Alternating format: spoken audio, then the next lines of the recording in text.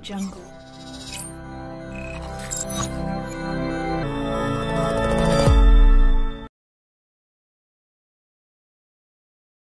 Assalamualaikum warahmatullahi wabarakatuh. Bertemu saya lagi, Frandi, di YouTube Mastery 1.0. Di video keempat kali ini saya akan membahas tentang best GPM needs. Kenapa kita harus memperhatikan GPM dalam menentukan atau dalam memilih sebuah needs. Mari kita simak selengkapnya berikut ini.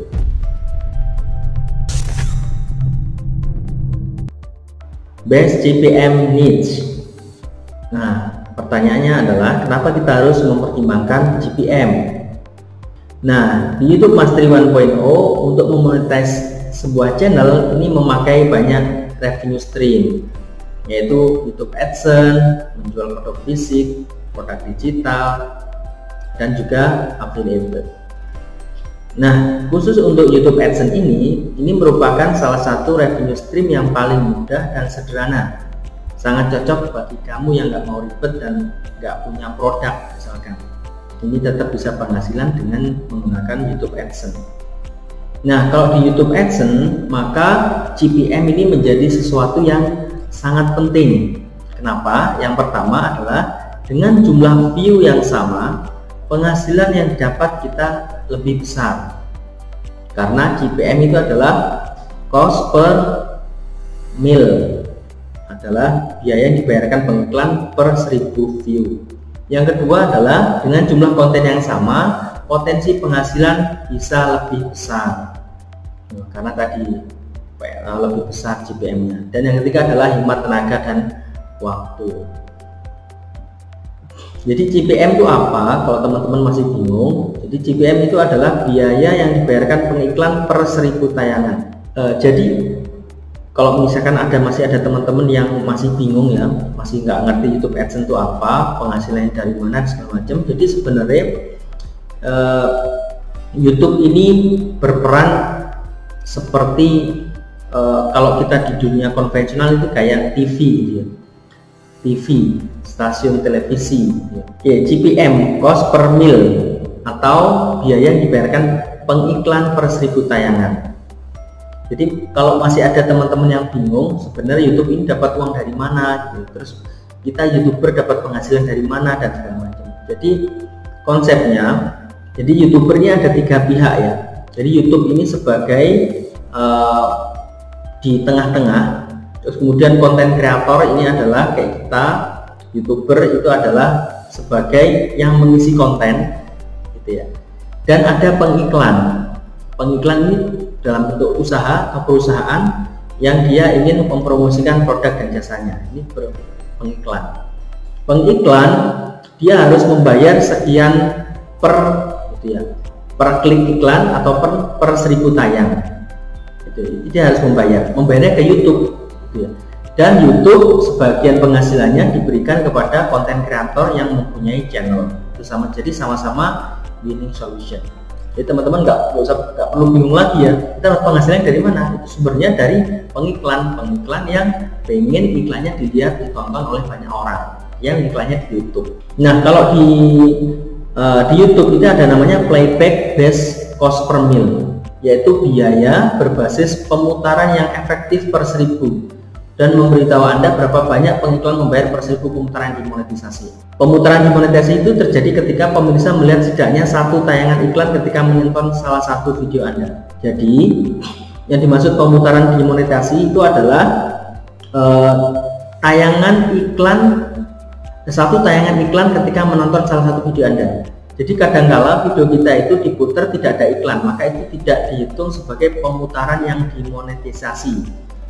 Ya, pemutaran yang dimonetisasi yang disebut di sini adalah yang dihitung itu adalah pemutaran tayangan video yang ada iklannya dan ditonton oleh viewer.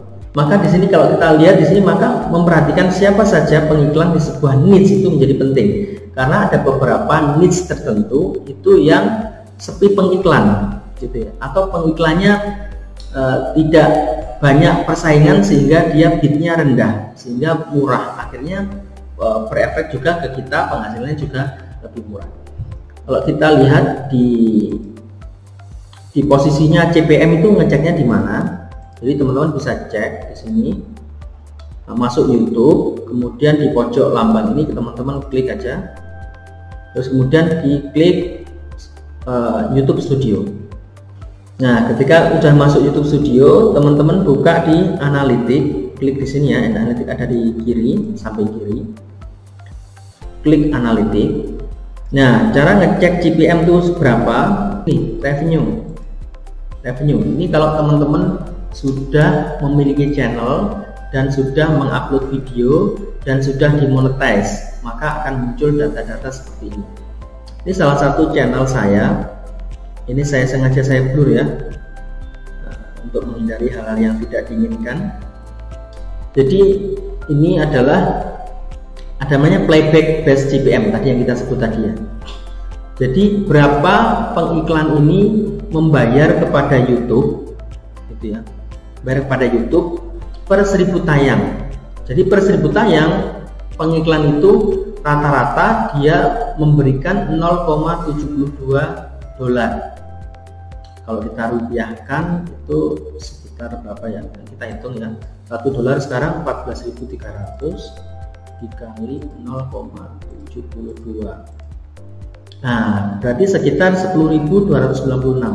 Jadi per 1000 view yang dimonetize itu pihak pengiklan membayar 10.296 kepada YouTube. Gitu ya, kepada YouTube, bukan kepada kita. Kalau kepada kita nanti bahas kita di yang namanya RPM. Nah, kita bahas di RPM.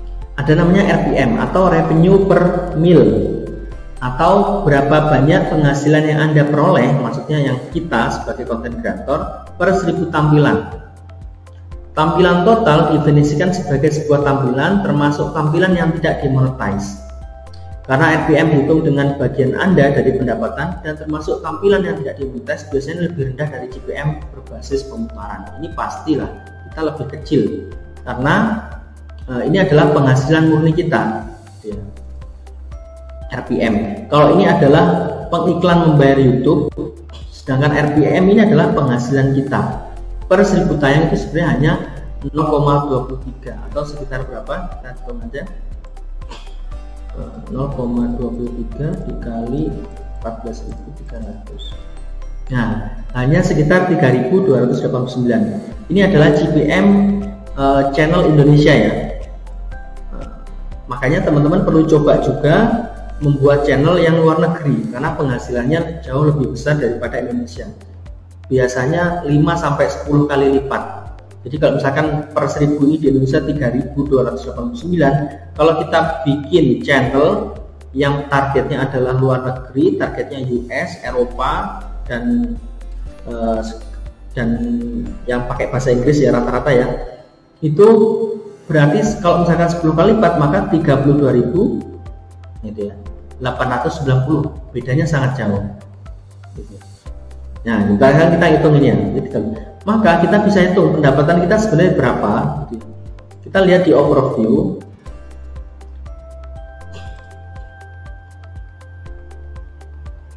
Nah, ini totalnya adalah 3,4 juta view dalam 28 hari terakhir.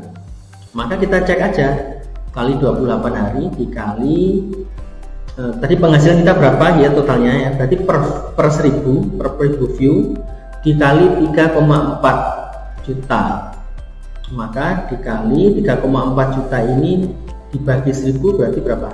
3,4 juta gitu ya. Nah, sama dengan 11.182.600. Ini penghasilan kita di channel ini. Satu channel ini menghasilkan per bulannya atau 28 hari, bukan 30, bukan selama 1 bulan ya. Ini per 28 hari karena di YouTube itu ini ya per 28 hari. Berarti 11.182.600 satu channel. Ya, kembali lagi ke sini. Berarti CPM itu sangat menentukan besarnya GPM itu sangat menentukan berapa besar penghasilan kita. Makanya kita perlu memilih GPM juga ya, mengkomunikasikan sebelum memilih niche tertentu, sebelum memilih sebuah ceruk pasar tertentu, kita juga perlu memperhatikan GPM, cost per mil, atau biaya yang dibayarkan oleh pengiklan kepada YouTube per 1000 tayang. Itu otomatis mempengaruhi RPM kita. RPM ini hubungannya dengan penghasilan yang kita dapatkan. Nah, ini terus GPM yang besar itu untuk masing-masing kategori channel tadi apa sih gitu ya. Jadi kalau teman-teman pengen membuat sebuah channel dan memiliki GPM yang tinggi, itu saya berikan di sini rekomendasinya. Misalkan kita ingin membuat scalable channel, itu adalah temanya atau niche di teknologi. Itu merupakan GPM-nya tinggi juga. Teknologi, kemudian kesehatan, kecantikan, diet, fitness, otomotif, film, ini merupakan yang memiliki GPM yang tinggi. Kalau personal brand channel, ini rata-rata adalah tentang yang membahas bisnis, gitu, investasi, traveling, teknologi, otomotif. Comment channel, kalau comment channel ini kesehatan, kecantikan, film, teknologi, otomotif. Mas, apakah boleh membuat channel di luar kategori ini? Oh, sangat boleh. Nah, tapi di sini saya hanya memberikan saran bahwa niche atau kategori-kategori ceruk pasar yang di sini, topik-topik di sini adalah yang memiliki GPM yang di atas rata-rata, yang memiliki GPM tinggi. Sehingga tadi ya, kenapa kita harus memilih GPM tinggi adalah karena dengan view yang sama penghasilan kita lebih besar, kemudian kita bisa hemat waktu dan tenaga. Itu tadi pembahasan tentang channel-channel mana saja yang memiliki GPM yang tinggi. Harapannya ini bisa menjadi referensi bagi teman-teman ketika pengen membuat channel, bisa menjadi sebuah referensi. Kira-kira itu aja pembahasan di video keempat kali ini. Terima kasih, selamat jumpa di video berikutnya.